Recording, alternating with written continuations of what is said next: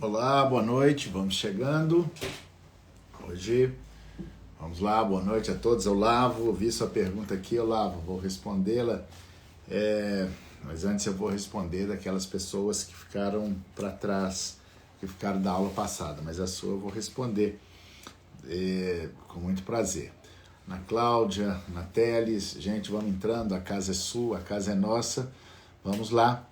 E enquanto Luiz Holanda, Michele, seria bom quando vocês, se puderem, se quiserem, dizerem de onde são. É muito legal a gente poder fazer essa interação, essa integração nacional.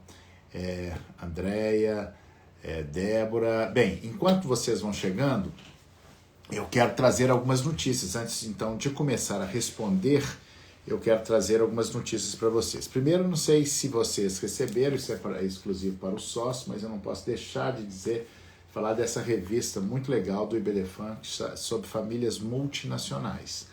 De como as famílias estão cada vez mais multinacionais, embora no nosso cotidiano nós não tenhamos muitas questões de direito privado, a maioria das pessoas, mas tem uma coisa que interessa a todos, que é, inclusive a matéria que está aqui, que é: brasileiros buscam barrigas de aluguel no exterior para realizar o sonho de terem filhos. Então, são as chamadas famílias ectogenéticas, A Glaura de Campo dos Goitacás, obrigado, Glaura, de ter falado de onde é. Então, as famílias ectogenéticas, que são as famílias, a Carla do Rio de Janeiro, Leopoldina, Vânia, obrigado, gente, vamos entrando, a casa é sua. As famílias, a engenharia genética evoluiu muito e é possível, então, essas técnicas de reprodução assistida, e essa revista do IBDFAN, a revista informativa, quem é sócio recebe, que fala das famílias multinacionais. Mas por que eu estou trazendo isso aqui? Porque tem uma matéria hoje no boletim do IBDFAN, não de hoje, no boletim passado, e quem não recebe o boletim pode receber, gente, é gratuito, Os sócios o sócio do IBDFAN tem muitas vantagens, recebe muitas coisas, mas aqueles que não puder, não quiser, por algum motivo se associar, o boletim é gratuito, E, Natália de Pouso Alegre, espero que você receba esse boletim. Se não manda pra gente, manda um e-mail que eu cadastro vocês, pode mandar aqui pelo WhatsApp mesmo. Paulo Tinoco, sua pergunta está aqui, eu vou respondê-la, tá? Mas estou falando dessa revista porque na matéria do IBDFAN tem do último boletim, que vocês podem receber, só não recebe se não quiser. Michele, você é sócia, então você deve ter recebido essa revista. Se não recebeu, está chegando aí, deve estar no correio já, tá? A matéria do boletim é a seguinte: Justiça afasta obrigatoriedade de doador anônimo e autoriza fertilização in vitro com flexibilização da resolução do CFM. O que significa isso? A resolução do CFM, do Conselho Federal de Medicina, que é uma norma deontológica, ou seja, ela vale apenas para a classe médica, mas como nós não temos leis, nós temos que recorrer a esses atos normativos de cada conselho de classe, por exemplo. E aqui, essa resolução diz que não pode ter doador, ou você vai no banco de sêmen, a realidade é assim, você vai no banco de sêmen, isso já, e pega a autorização, e ali tem todas as regras, o doador anônimo, material genético, não será pai, não pode entrar pedindo pensão a ele e tal.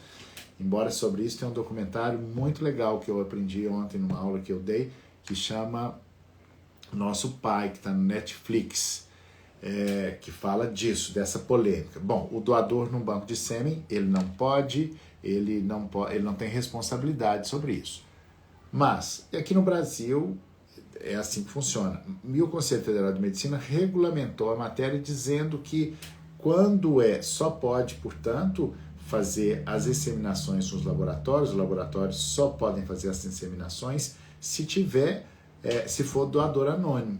Só que teve um caso concreto aí que entra o que é interessante para nós advogados, que é entre o justo e o legal, nós sempre íamos atrás do justo. Então, tem aqui a advogada Carolina Mendonça, deu depoimento, deu entrevista para a matéria do IBDFAN, dizendo o seguinte: olha, eu tenho um caso em que eu consegui uma autorização do juiz, que o juiz determinando que o laboratório faça inseminação artificial do doador não anônimo. Qual que era a situação? Um casal de mulheres encontrou um amigo que queria doar o material, né? Ele só queria doar o material, não queria ser pai. Não pode, olha que loucura, não pode. Se pode o anônimo, o outro então, se o outro quer, né? Então isso foi uma decisão inédita e importante na justiça, e é assim que nascem os direitos, é assim que é a nossa luta pelo direito. Parabéns à advogada Carolina Mendonça, que é membro do IBDFAN, claro, né? E essa decisão abre um precedente importante, ou seja, essas famílias ectogenéticas, elas estão cada vez mais se expandindo, né? Então, e uma outra decisão também importante, uma matéria importante que saiu no boletim da semana passada, que isso foi, os alunos do meu curso, do Clínica do Direito, já trouxeram essa questão para mim, que é o seguinte: a Receita Federal não tem no seu campo lá de preenchimento os campos adequados para casais homoafetivos. O IBDFAN fez um questionamento à Receita Federal, essa ação, isso fomos parar no STF, e o STF, ele autorizou, ele vai julgar isto, ou seja, vai a inconstitucionalidade dessa posição da Receita Federal para que inclua no cadastro, lá no campo de preenchimento da Receita Federal, o preenchimento adequado de duas mulheres, né, como gestoras, não como dependentes, mas que ambas podem ser, que podem ser que sustentam os filhos. Bem, tudo isso, depois se quiser, basta ler essa matéria no boletim do IBDFAN. Quem não recebeu pode me pedir aqui que a gente manda por e-mail. Mas tudo isso resume o seguinte: olha, a luta continua, nós estamos avançando em várias frentes, e hoje trago essas duas boas notícias para as famílias ectogenéticas. Eu falo as famílias ectogenéticas porque também as famílias homoafetivas, quando têm filhos, acabam também fazendo parte desse rol das famílias ectogenéticas, que são aquelas que se constituem com ajuda ou com técnicas de reprodução assistida, né? Bem, então, dada essas boas notícias, vamos agora responder as perguntas. Vou responder as da aula passada, da live passada, que não deu tempo, né? E hoje eu quero responder todas, temos muitas, e depois eu passo para as perguntas de vocês que estão ao vivo. Eu vou ter que dar preferência para quem mandou, né? Bom, a primeira que ficou para trás é da Elisa Branken. Não sei se é assim que pronuncia. Sou sua aluna através do curso de pós-graduação da Damásio, estava assistindo sua aula e entendi que a partir de agora a parte que criar embaraço para fazer partilha dos bens perderá o direito sobre eles? É isso? Se tu puderes me elucidar essa dúvida, por favor. Elisa, é mais ou menos isso, né? É que quem cria embaraços deve sofrer punições, né? Nós estamos até elaborando um projeto de lei sobre isso, para chegar nisso com clareza. Mas quem cria embaraço, qual é a punição que ele vai ter? Não, ele ainda não perde direito àqueles bens, mas numa prestação de contas, e até se cria embaraços, e isso se caracteriza como uma violência patrimonial, que é um instituto pouco usado, que está previsto na Lei Maria da Penha. Pode ser, se o juiz quiser, pode até estabelecer isso como punição, mas é mais difícil. O que eu disse e venho dizendo é que a forma que tem de acelerar a partilha é invocar violência patrimonial, se for o caso, falar da fraude, pedir uma prestação de contas, e também fazer além da prestação de contas, uma cobrança dos frutos da propriedade comum. Então é isso aí, Elisa. Bem, vamos adiante. Cláudia agora respondeu uma da Cláudia, eu vou ler rapidamente, vi um vídeo sobre a partilha de bens e me ocorreu uma dúvida. Fui casada no regime universal de bens, me separei em 2003. Essa questão é interessante. Mas o divórcio só aconteceu em 2007. Então ficou um lapso aí de separação de fato de 5 anos, entre 2003 e 2007. Não é isso, Cláudia? No entanto, nesse intervalo, esses 5 anos aí de separação de fato, tive que vender minha única casa para dividir com ele. Ok? Vender os 2 assinados, até aí, ok. A casa foi vendida em 2005 e fui viver de aluguel. Nesse intervalo, ele usou o dinheiro para comprar um terreno. Fez um contrato de gaveta porque estava na justiça. Ele construiu casas nesse terreno, mas não legalizou toda a obra. Uma vez uma pessoa veio me dizer que eu tinha direito na casa e achei aquilo um absurdo. E agora, assistindo o vídeo em que diz que não pode haver partilha de bens do bem sem o divórcio, me ocorreu essa dúvida. Gostaria muito de saber. Não que eu tenha interesse no que ele construiu, mas, só para complementar, nos casamos em regime porque construímos uma casa juntos, ainda solteiros, mas o terreno estava no nome dele. Me separei entrando com afastamento lá. Bem, resumo da história. Realmente não pode ter partilha sem divórcio, mas pode ter divórcio sem partilha. Mas o que aconteceu aqui não foi propriamente uma partilha. Vocês, Cláudia, você e seu marido, ex-marido, de comum acordo vendeu a casa. Vocês fizeram, eu posso, independentemente do divórcio, né, eu estou casado, eu vendo uma casa e partilho aquilo ali. Como já tinha uma separação de fato, então não é exatamente como no casado e nem exatamente como se tivesse divorciado. Vocês estavam aí nesse interregno entre casamento e o divórcio, ou seja, na separação de fato. Vocês, de comum acordo, quiseram e fizeram, nada de ilegal nisso. Portanto, não é bem isso, ou seja, você não tem direito àquilo. Se você já pegou a sua metade e usou, então você já partilhou. E a outra metade dele foi usada ali para construção de casa, portanto, você não teria direito. É isso aí, Cláudia. Bem, vamos adiante. Da Pamela Ramos. Tem uma dúvida. Charity é um bom tema para dissertação de mestrado na Universidade Federal de Pernambuco. Bom, primeiro vamos esclarecer o que é isso. É uma expressão da língua inglesa que surge nos Estados Unidos em 2010, que é a junção de 2 palavras, né, share e parent, que é de parentalidade, e dividir, que é a prática excessiva de compartilhamento de imagens, de imagens do filho, né? O IBDFAN, em 2019, no dia 20 de maio de 2019, Pamela fez uma matéria sobre isso. Eu acho que valeria a pena você lê-la.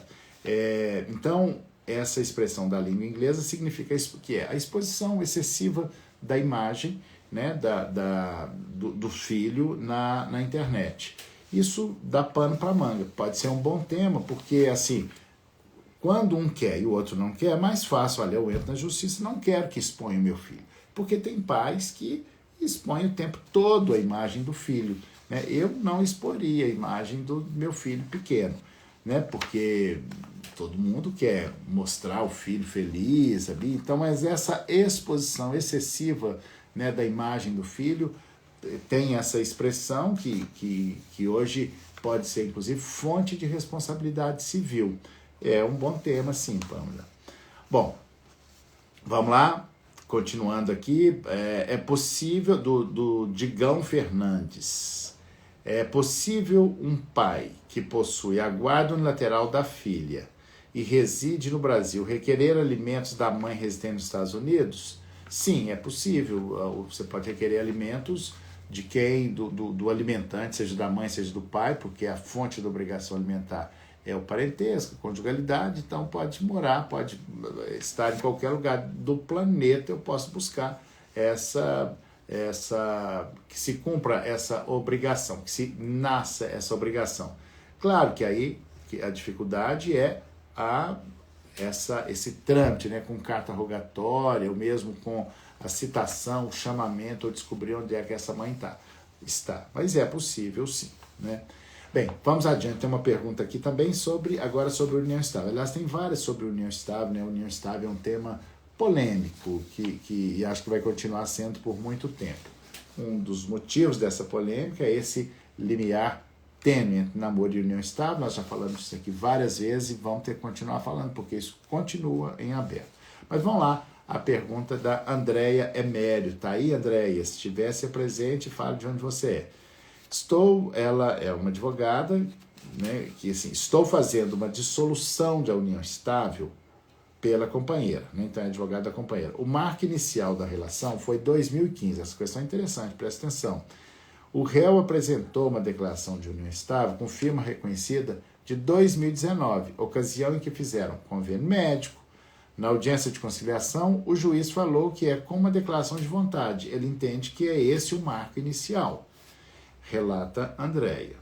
A minha dúvida é, se entra o incidente para anular esse documento e retroagir até 2015, qual seria o fundamento? O nome da ação pode me ajudar? O réu adquiriu bens na constância da união estável, agora alega que a união estável correspondente só a partir de 2019. Bem, então, André, essa questão ela é importante porque ela é muito mais comum do que você imagina. Muitas pessoas... A Andréia é de São Paulo, tá aí, Andréia? Vamos ver se eu respondo. Obrigado pela presença. Você mandou essa pergunta semana passada e só agora eu estou conseguindo responder. Mas isso, André, é mais comum do que você imagina.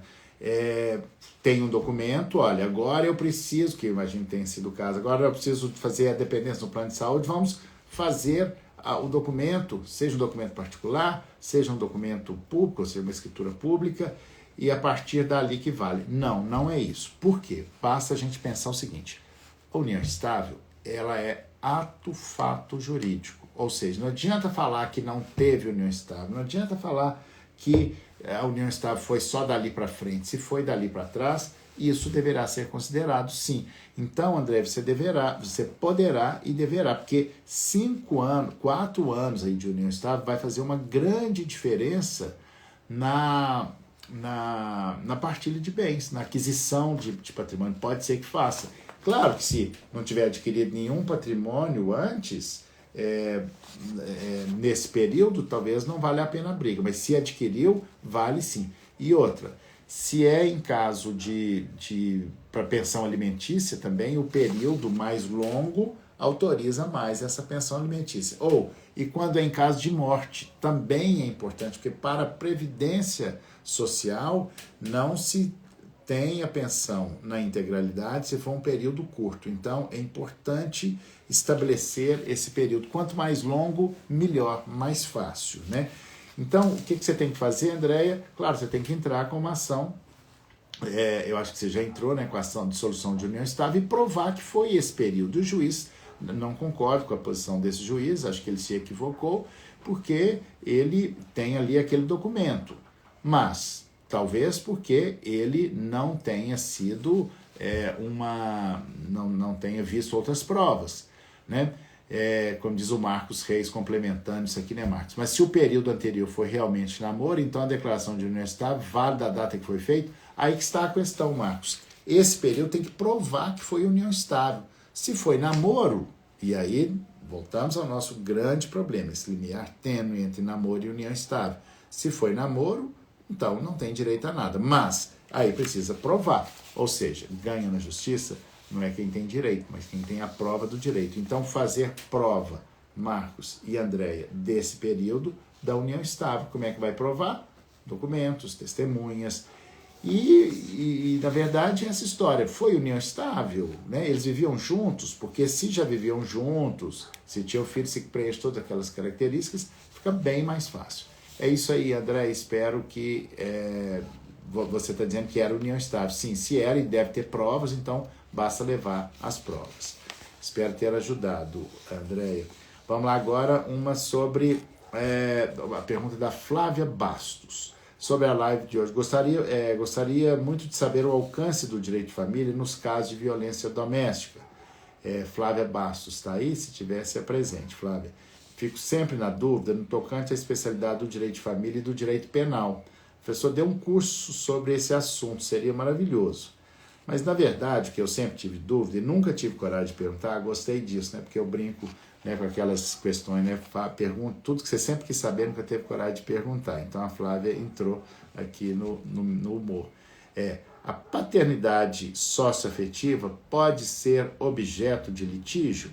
Digo, a relação foi estabelecida verdadeiramente. Ocorre que no divórcio o genitor ignora o filho socioafetivo e oferece alimentos somente ao biológico. É possível buscar esse reconhecimento na justiça? Sim. Flávia, só que antes de você pedir os alimentos, aí eu faria numa ação em separado, uma ação declaratória de reconhecimento de paternidade socioafetiva. Se provar que ele realmente é pai, terá que fixar alimentos para ele. Mas aí terá que ser feito se ele não conhece, se ele não reconhece esse filho que como filho socioafetivo, você terá que buscar ação declaratória, né, de ação para declarar essa paternidade socioafetiva. Eu entraria em simultâneo, não faria no mesmo processo, tá, Flávia?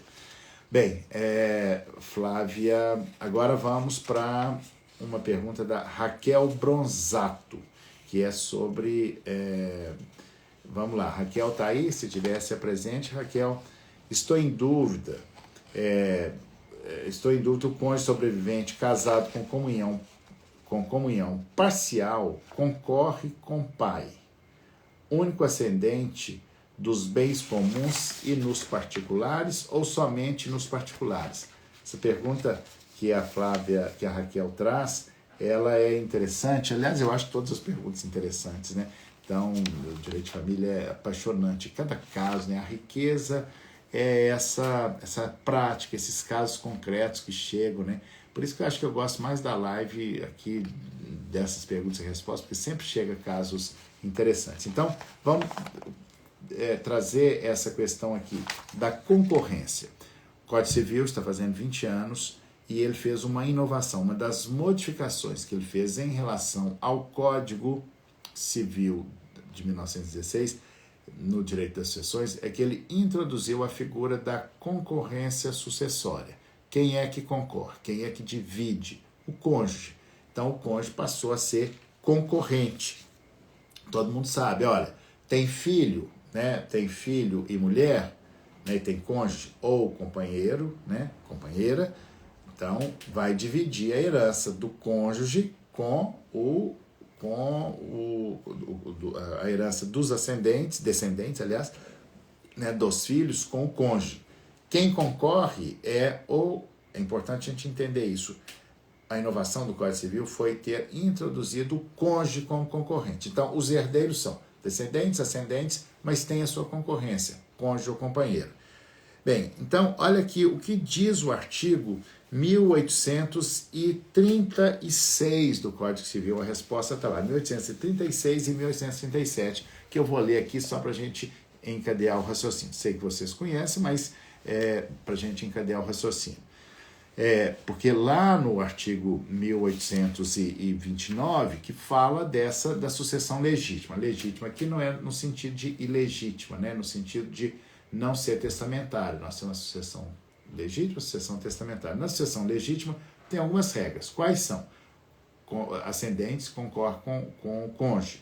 E também os descendentes, porque ninguém lembra disso. Bom, tem um casal e não tem filhos, mas tem pais. O homem morreu. A herança vai para quem? Só para o cônjuge ou companheiro? Não, vai dividir com os ascendentes. Ou seja, o cônjuge vai concorrer com os ascendentes. É o que diz o artigo 1836. Olha só. Na falta de descendentes, são chamados à sucessão os ascendentes. Claro, isso em concorrência com o cônjuge sobrevivente, né? E aí, obviamente, que isso se estende ao companheiro também, já disse o STF. E depois, o artigo 1867 reforça, concorrendo com ascendente, quer dizer, o cônjuge sobrevive, né, está concorrendo só com pai ou mãe.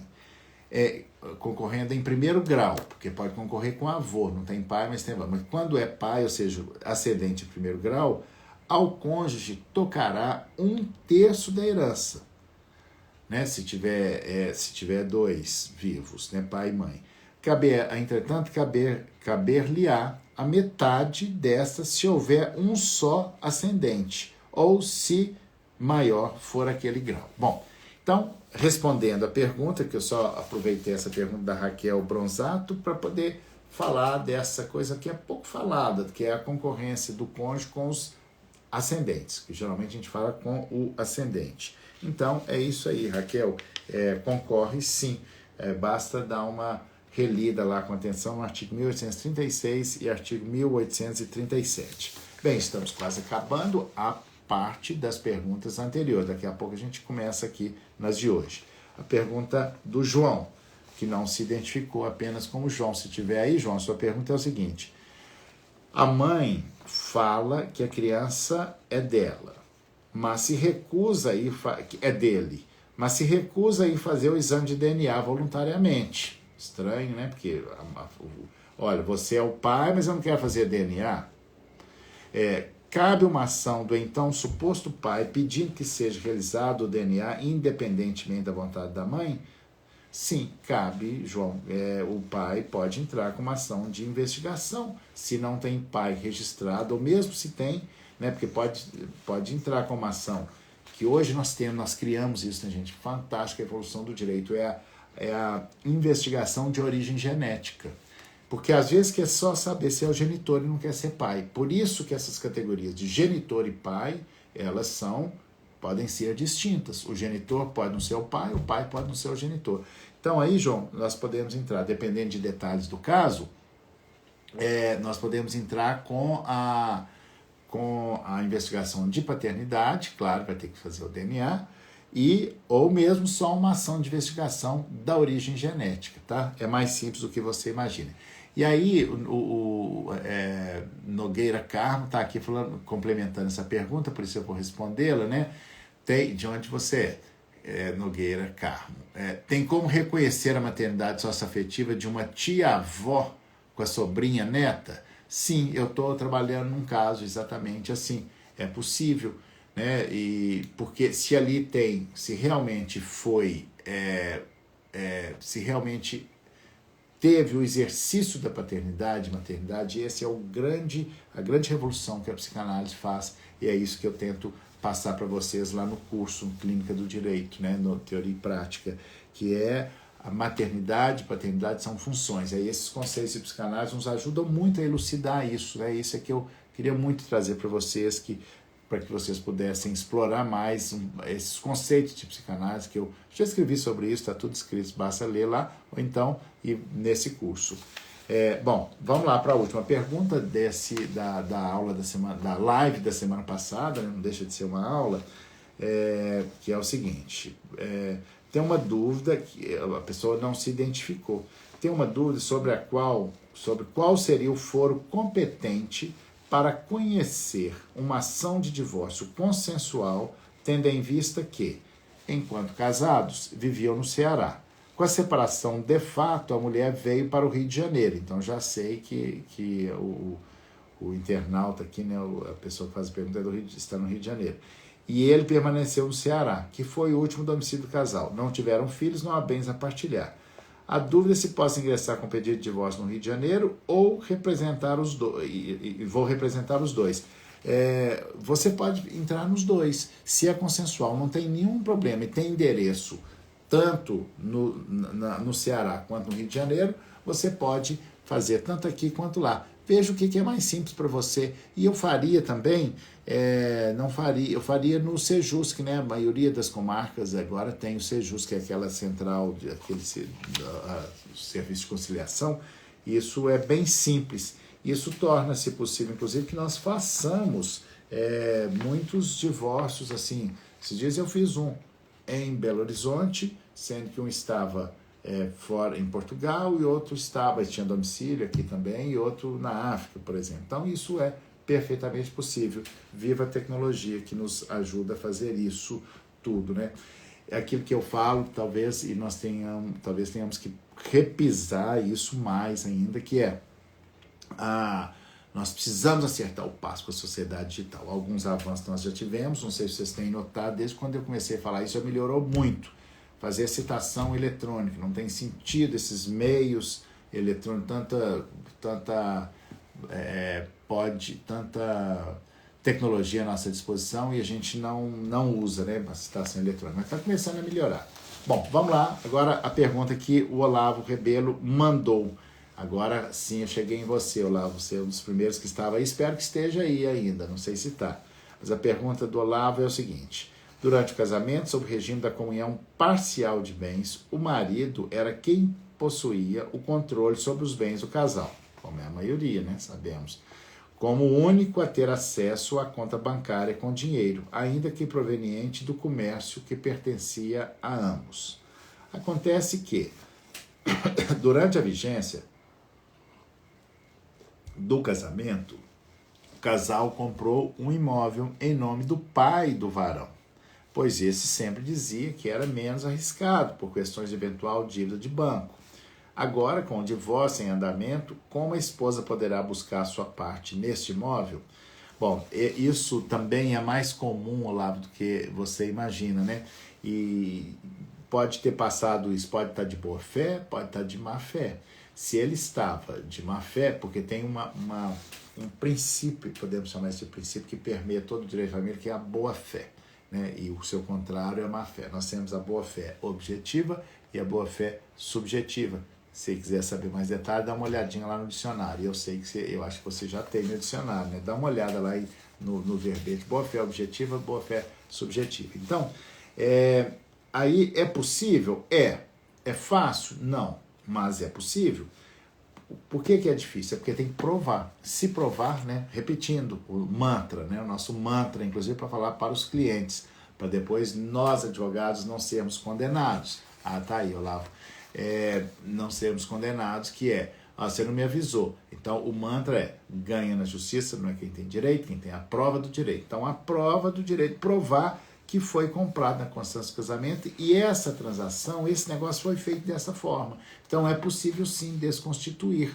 Eu usaria aí esses recursos, esses elementos, instrumentos da boa-fé, má-fé, e é preciso provar. Se não teve anuência da esposa, né, do outro cônjuge, do outro companheiro, para passar para o pai, então esse bem é do casal. Né, se foi adquirido a título oneroso e o outro cônjuge, o companheiro, não deu ali como doação, e que era um acordo entre eles. Esse é o desafio, gente, nossos advogados na justiça, ao nos depararmos com isso para fazer justiça. É isso aí, Gilson. No caso, poderia propor ação anulatória por simulação? Sim, pode ser. Isso foi uma simulação. Nós temos aí algumas categorias importantes serem distinguidas, né, separadas, que é fraude, simulação. No caso, aí me parece mais uma simulação. Então, é isso aí, Olavo. Eu, no seu lugar, entraria, sim, e deve ter elementos de prova aí. Bom, seguindo, vamos adiante. Agora a segunda pergunta é da Cláudia Costa. A Cláudia fala, tem duas dúvidas, duas perguntas. Tá aí, Cláudia? O que fazer com a empresa que está fraudando os rendimentos do pai? 2. Apesar da regra ser a guarda compartilhada, estou em um caso que luto pela guarda unilateral. Quais os requisitos, condições e provas para que possa ser concedida a guarda unilateral? Bom, então vamos lá na primeira. O que fazer com a empresa que está fraudando os rendimentos do pai? Bom, se está... não sei se eu entendi direito, mas assim, se ele está ocultando, né, se está fraudando os rendimentos do pai, imagina o pai alimentante, né, vai ter que desvendar o mistério. Fraudar como? Falta um pouco de elemento aqui, Cláudia, se você tiver aí e quiser complementar.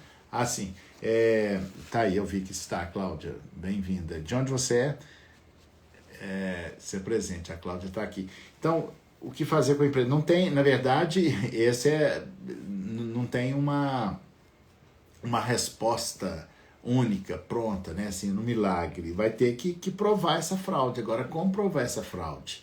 Né? Por exemplo, se se trata em relação, se estamos falando por questões alimentares, de São Paulo, né, Cláudia? Nós podemos buscar elementos, por exemplo, nos sinais exteriores de riqueza. Como que alguém está fraudando ali que diz que ganha menos, se eu estou, se eu ostento outra coisa, né? Que são esses sinais exteriores de riqueza. Agora, a segunda pergunta, Cláudia, que apesar da regra ser a guarda compartilhada, é possível que tenha, em algumas situações, a guarda unilateral. Porque aqui é aquela coisa que está sempre nos perseguindo e que devemos levar sempre a sério, que é responder a seguinte pergunta: e o que é melhor para a criança? Se demonstrar que é melhor para a criança a guarda unilateral, é claro que o juiz vai ter que dar a guarda unilateral. E até porque o interesse dos pais, do pai e da mãe, está em segundo plano. O que interessa é o documento, é o interesse dos filhos. E aí a Cláudia completa: os documentos estão vindo com valores inferiores, pois a mãe da criança trabalhou na mesma empresa. Sim, se está vindo com esses valores inferiores, aí vai ter que provar isso. Como provar isso? Pode ter, não existe segredo de justiça para justiça de família, pedir, quebrar o sigilo bancário, por exemplo, né? Pedir que, e provavelmente essa pessoa que faz isso, ela não declara tudo no imposto de renda. Então aí é verificar no detalhe do caso onde é que pode ir verificar, por exemplo, pegar os cartões de crédito, enfim, ver nos bancos, quebrar o sigilo bancário e ir desvendando esse mistério aí, né? Bom, vamos lá. Andréia Costa, tá aí, Andréia? Tem uma dúvida sobre os imóveis comerciais que está em uso exclusivo do meu ex há 7 meses. Minha parte do aluguel consigo pedir os atrasados, mesmo sem ter notificado no ato da separação de fato, lembrando que a separação foi através de uma medida protetiva. Bom, Andréia traz essa questão assim, olha, que mistura o direito de família, posse, propriedade, frutos, né, direito real, que é se o imóvel, seja ele comercial, se ele dá renda, né, se dá os frutos da propriedade. O típico fruto da propriedade, o mais comum, que todo mundo conhece, são aluguéis. Aluguel é fruto da propriedade, né? Mas para ter aluguel, o nome aluguel mesmo decorre de uma relação locatícia, embora a jurisprudência tenha até chamado de aluguel mesmo quando não é uma relação locatícia, em se tratando de frutos da propriedade. Eu já vi isso em algumas decisões, talvez por descuido, mas a rigor, fruto da propriedade, o aluguel é fruto da propriedade, mas não só os aluguéis são frutos da propriedade, há outros tipos de frutos. Bom, então é possível pedir os atrasados, desde quando se tem uma separação, é possível pedir esses frutos da propriedade. Isso pode ser numa ação, e tem uma coisa, André, que pouca gente lembra, que é no artigo 4º da Lei de Alimentos, que lá fala que, além dos alimentos, você pode pedir os frutos dos bens comuns. Dá uma lida lá, artigo 4º da Lei de Alimentos, que é a lei de 1968, esse artigo fica esquecido lá, quase ninguém usa, mas ele é muito importante. Então, antes de pensar qualquer outra coisa mais complexa, vai pelo mais simples, artigo 4º da Lei de Alimentos, tá? Bem, vamos adiante. É isso aí, Andréia. Carla Fonseca, vamos lá, Vitor Rodrigo, em um acordo das partes, mãe morando em São Paulo, pai morando no Rio de Janeiro, vem desde outubro de 2020, alternando a convivência, 15 dias da menor, completar 5 anos em outubro. E, em mediação, concordaram manter esta prática até janeiro de 2023, para que a menor tenha início escolar, né, de alfabetização, imagina. Petição conjunta das partes ratificando que, devido à possibilidade de retorno do pai a São Paulo, permaneceria assim até o início da escolarização, né, que foi o acordo retirado da mediação. Levado o acordo ao MP, este emite parecer contrário. Já vi isso muito, já aconteceu comigo, Carla. Situação já absorvida pela menor, pois que desde outubro de 2020 já vem assim acontecendo. Existe a possibilidade de requerer o sobrestamento do feito quanto a este ponto para prazo futuro? Voltem as partes a essa questão? Sim. Olha só.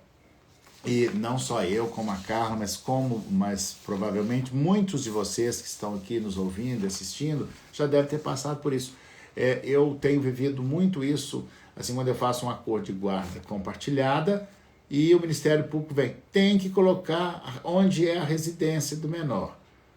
Não está escrito na lei em lugar nenhum isso, mas o juiz, o promotor, alguém, né, até porque vocês sabem que eu defendo a posição de que a residência passa a ser dos dois, né? Os dois têm residência, então não tem uma residência fixa. O que tem fixa é a cidade. Melhor, aliás, não é nem fixa, é a cidade base.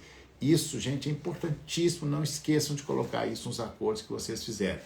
Cidade base, né? Belo Horizonte, São Paulo, Rio, Macapá, enfim, seja lá onde for. Porque se não fizer isso, o pai ou a mãe, geralmente a mãe, muda da cidade. Eu arrumei um emprego, tem uma justificativa e muda da cidade. Isso, então, nós não podemos esquecer disso. Escrever sempre, cidade base é tal. Não tem uma cidade... Então, o Ministério Público, às vezes, ele encrenca com isso, né? Ele fala... E aí nós voltamos à velha questão. Qual o limite de intervenção do Estado na vida privada do cidadão? Ou seja, será que o Estado, representado ali pelo Ministério Público, sabe mais do que os pais? Sabe o que é melhor para os filhos do que os pais? Eu entendo que não. E tenho lutado com isso ferrenhamente na Justiça e sempre recorro dessas decisões e o tribunal sempre reforma. Então, Carla, você pode, se quiser, você pode recorrer ou pode sobrestar o feito nesse aspecto e recorrer só nesse aspecto, né? Porque é um absurdo como é que o Ministério Público vai saber mais do que o pai e a mãe, né? Às vezes é um promotor, uma promotora nova que nem tem filho e quer saber mais. Isso porque está dentro de um sistema em que se estabeleceu isso, que tem esse paradigma e as pessoas não conseguem ver além disso. Isso não é o melhor interesse da criança e ninguém melhor do que o pai e a mãe. Imagina, já praticam isso. Isso eu recorreria, dá até raiva falando isso, mas vamos adiante, Carla. É isso. Aí a outra pergunta da Natália Teodora. É preciso ação de exoneração de alimentos de ex-cônjuge quando o prazo para o fim do pagamento já foi fixado na sentença que determinou o pagamento? Por exemplo, determina o pagamento dos alimentos por 2 anos. Então, essa pergunta, eu já vi gente defendendo que sim, que é preciso exonerar, mas eu entendo que não, porque se estabelece, assim, olha, então vai estabelecer lá, determino alimentos para o cônjuge virago, mulher, por 2 anos. É claro, não precisa fazer uma extinção, simplesmente para de pagar.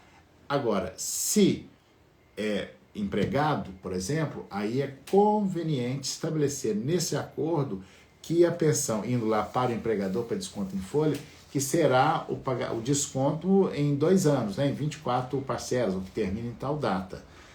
Por via das dúvidas, para segurança, mais ainda, né, porque nós somos contratados para dar segurança, garantia, né, e o que abunda não prejudica. É colocar lá que será por 2 anos, que se extinguirá independentemente disto, de voltar ao judiciário. Né? Então, se não fez o acordo, é sempre bom colocar isso. Se já fez, entendo, Natália, que não precisa disso. Claro que não precisa, né? E o direito de família caminha cada vez mais desta forma. Bem, vamos adiante. Vocês que nos ouvem, obrigado pela presença de todos, mas nós temos agora, vamos voltar à pergunta do Rubens. Rubens diz o seguinte: professor, admiro muito o seu trabalho. Está aí, Rubens? Obrigado, Rubens, pelas gentis palavras. Admiro muito o seu trabalho e tem uma situação significativa.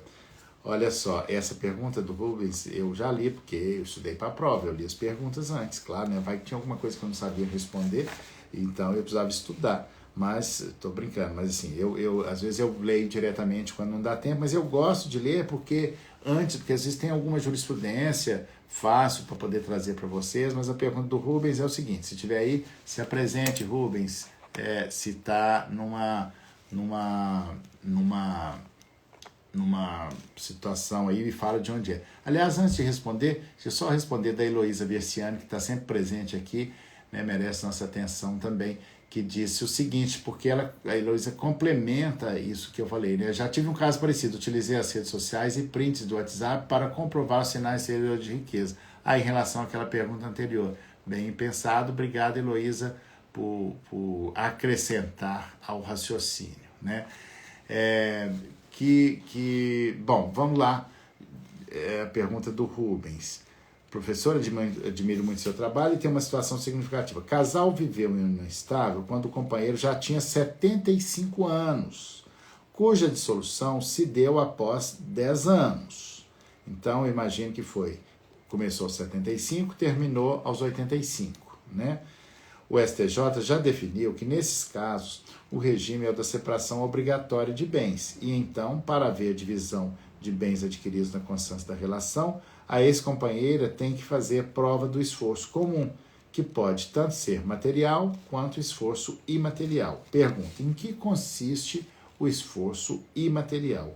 Qual prova é necessária para demonstrar o esforço imaterial na aquisição de bens do ex-companheiro para haver meação?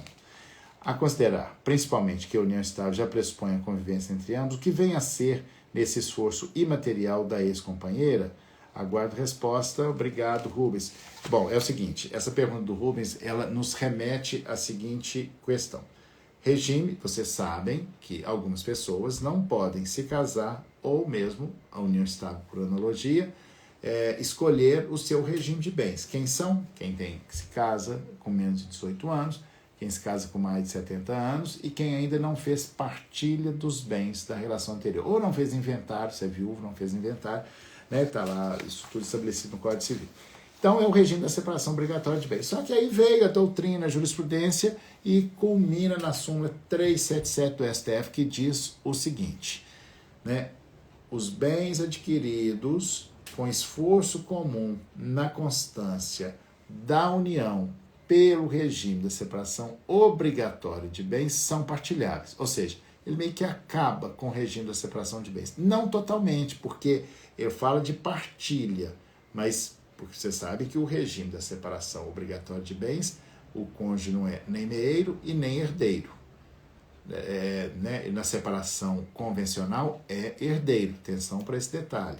Voltando aqui, o que o Rubens quer falar, quer que eu fale, é sobre a súmula 377.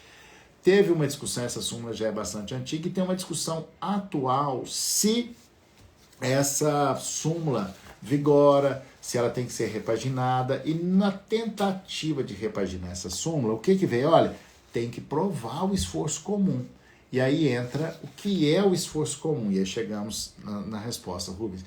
O esforço comum, ele pode ser, vou usar uma outra palavra diferente da sua, que talvez fique mais claro, é o esforço, é a contribuição direta ou indireta. A contribuição indireta é exatamente esse suporte imaterial, psíquico, psicológico, né?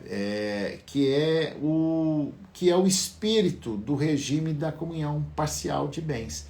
Então, não é necessário provar, eu entendo provar diretamente, né? Que contribuiu com dinheiro, que contribuiu com a construção da casa. A contribuição pode ter sido indireta. Então, quando a gente usa essa expressão, talvez fique mais claro, né, Rubens? Que é o esforço imaterial, que na verdade é o esforço indireto, que é um esforço imaterial também. Então é isso. Eu entendo que não é necessário provar. Claro que cada caso é um caso, e neste caso, Rubens, se é para defender a tese, assim, se é uma coisa absurda de que não é justo, aí podemos pensar nas teses para defender aquilo que é justo. É isso aí, Rubens. Boa sorte para você. Vamos ver se alguém complementa essa pergunta. Bom, mas vamos lá. Natiara Dantas. Tudo jóia? Espero que sim. Natiara, você não diz de onde é, mas esse tudo jóia acho que revela um pouco do mineirês, né? Tudo jóia, até onde eu sei, é bem mineiro, né? E mineiro, de Belo Horizonte. Não sei se você é daqui. Se tiver, se apresente, por favor. Natiara Dantas. Estava refletindo sobre o artigo que trata da alienação parental e, trazendo a realidade, me surgiu várias dúvidas. Sou assistente social e meu companheiro é advogado. Ele tem acompanhado um caso com vários indícios de alienação cometido pela genitora. Ela e o ex-companheiro possuem uma relação bastante de animosidade. O parecer psicossocial é de que o pai tem plenas condições de convívio com o filho e sugere alternância de convivência, pleito que ele requereu por ser impedido pela genitora de ter contato com o filho. Ao ouvir o pai, entendi que houve alienação. Ao ler o parecer psicossocial, observei que não havia tantos indícios. Quais os requisitos para se considerar a prática da alienação parental? Acredito que a escuta multiprofissional seja fundamental nessa situação, né? Sim, Nayara, na Tiara, né, você traz essa questão da alienação parental que nos remete à grande dificuldade que é a questão da prova.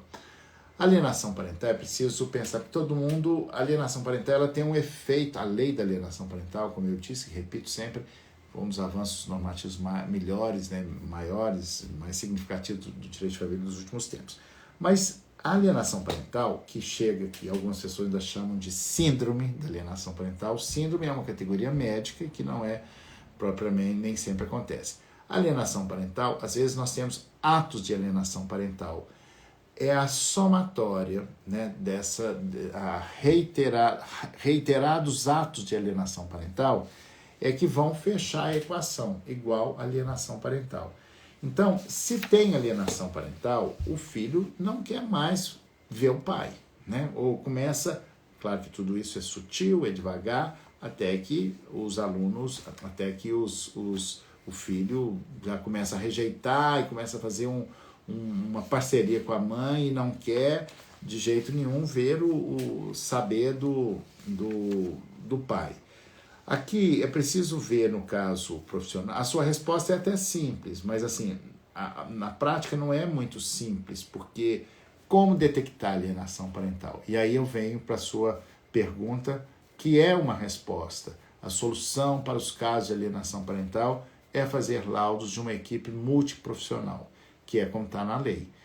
Nem sempre os profissionais, os advogados, lembram disso, pedem um juiz. Então, é muito importante, porque são muitas facetas, muitos ângulos de visão sobre isso, né? Então, é muito importante que quando nós quisermos provar a alienação parental, é importante ter uma equipe multiprofissional para fazer essa detecção.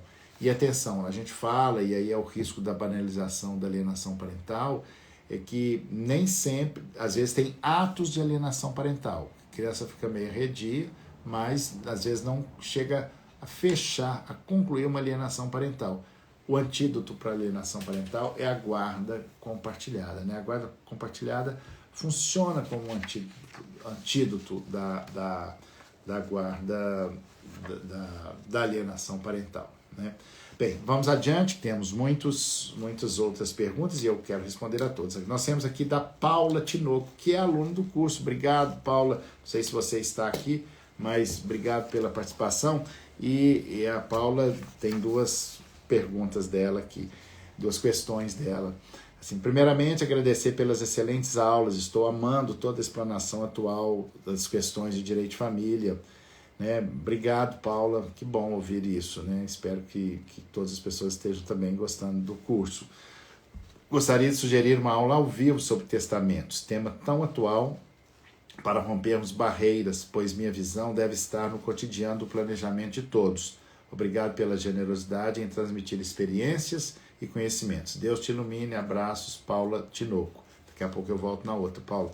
Bom, boa ideia, Paula, vamos fazer sim, a gente pode fazer isso para a próxima turma e você fica convidada a assistir sobre isso. E aí eu aproveito e tenho uma pergunta aqui que é da Cerqueira, né? Que tem a ver com testamento, eu não sei se você está aí ainda, Cerqueira, como indicar a parte do testamento que deverá ser reduzida se tal cálculo não é possível, já que somente imóveis foram colocados no testamento. Existe consenso. Bom, o que está sendo sobre o testamento, a gente precisa mesmo falar mais, porque às vezes um testamento, ele não pode ser cumprido, mas ele não precisa ser anulado, ele não precisa ser anulado em todo. Então vai ter o que a gente chama de redução testamentária. Então aquilo ali não vai ser cumprido, mas a outra parte vai ser. Né? Então, se a anulação pode ser só daquela parte, que a gente chama então de redução testamentária. Não vai ser cumprido todo o testamento vai ser reduzido. Né? Então, mas é possível, se há consenso, é o que as partes quiserem. Então, quando há consenso, pode tudo. Né? Então, é isso aí. Bom, aí a segunda, ainda aproveitando, não sei se a Paula está aí, eu vou para outra pergunta da Paula, que é sobre... Cadê a pergunta da Paula? Daqui a pouco eu acho 3. 4, perdi um pouco aqui, mas daqui a pouco a gente volta lá, Paula, que eu perdi aqui no meu emaranhado de coisa. Vamos lá, a pergunta da Ana Cláudia Castro, que é a questão também interessante, como eu disse, acho todas as questões interessantes, que é alimentos para filho maior. Vamos lá, o que a Ana Cláudia Castro fala? Tá aí, Ana Cláudia? Obrigada por compartilhar seus conhecimentos. Você é incrível, professor. Tenho uma dúvida. Obrigado pelas gentis palavras. Tem uma dúvida. Para filhos maiores, se por acaso o casal se divorcia com filho maior, universitário, dependente financeiramente dos pais, não havendo consenso entre os ex-cônjuges sobre as despesas desse filho, o filho deve pleitear alimentos de ambos? Em que momento? Ainda com o processo de divórcio tramitando? Sim. É bem interessante porque o filho maior, ele não é parte na ação do divórcio. Então, tanto é que quando a gente, tem que prestar atenção nisso, gente, quando a gente faz um acordo de divórcio e que tem filhos, onde se estabelece pensão alimentícia para filhos maiores, eles têm que assinar ali, eles têm que concordar, têm que dar uma anuência, porque eles são maiores, os pais já não os representam. E é muito comum isso, alguns advogados ainda fazem isso, faz lá e coloca os filhos são maiores, né? E eles, é preciso, quando está estabelecendo direitos ou deveres, né? Direitos e obrigações para os filhos maiores, eles terão que comparecer ao processo, claro. E aí, então, Ana Cláudia, quando, isso em caso de acordo, quando não há acordo, como é o caso que você traz aqui, sim, ele poderá fazer essa reivindicação em processo separado. Aí é uma ação separada, porque a outra parte pode ser contra os dois, buscando ali na proporção dos ganhos de cada um, né? Bom, vamos adiante, porque eu quero hoje, minha missão é responder todas as perguntas, né? Nós já estamos caminhando para o final, mas eu quero responder. Essa pergunta da Daniela Fortunato. Doutor Rodrigo, quando acaba o direito de pedir alimentos em uma união estável com dependência econômica, só vai cessar quando tiver nova união o direito de pedir alimentos de uma união estável com dependência econômica por 25 anos. Daniela, interessantíssima a sua pergunta, porque ela toca na seguinte questão: prescrição. É possível a prescrição na união estável? Acho que eu sou o único autor que falo disso, da prescrição da união estável, que são 10 anos. Mas os alimentos, eu estou com um caso assim, ela pode até declarar depois de 10 anos a união estável, mas reivindicar direitos daí, não. Mas os alimentos são diferentes. Por exemplo, alimentos, alguém que passou 5 anos, já dissolveu a união estável, passou 5 anos e não pediu alimentos, eu entendo que, não sei, claro, dependendo do detalhe do caso, não vai poder pedir mais alimentos. Qual que é a defesa nesse sentido? Eu não sei se você está contra ou a favor aí, Daniela, mas a defesa é o venire contra factum próprio, né? Essa expressão latina, quem tem meu dicionário tem lá explicação detalhada sobre isso e também no meu livro Direito das Famílias. Se ela teve um comportamento por 5 anos de que não reivindicaria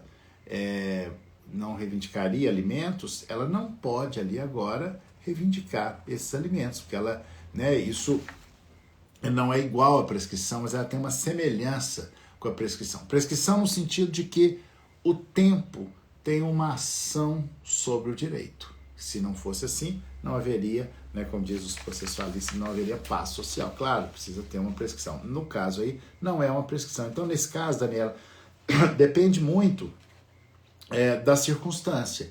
É um prazo razoável. Claro, se passou 10 anos, aí não pode mais, mas 5 anos, por exemplo, se ela nunca quis, teve um problema, ficou doente, né, mais 1 ano, 2, ainda é possível pedir, mas aí depende do detalhe do caso em que nós vamos, para saber se pode ou não fazer o pedido dessa pensão alimentícia. Bom, agora eu volto para a Paula Tinoco, de novo, que eu achei aqui a anotação, mas acho que eu vou ter que responder depois, porque o Instagram está mandando aqui, está me dizendo que ele vai encerrar a nossa live. Então, infelizmente, ficaram faltando 3 perguntas, essa da Paula, da Gabriela e da Mônica Ferraz, e algumas que estão aqui. Mas Nós vamos ter que encerrar, porque se eu não encerrar, o Instagram vai encerrar. Eu agradeço a presença de todos mais uma vez e a live vai ficar gravada aí, daqui a pouco eu coloco lá para vocês, tá? Muito obrigado, gente, e até a próxima. Agora nós vamos pegar um ritmo de mais lives, tá? É isso aí. Um abraço a todos.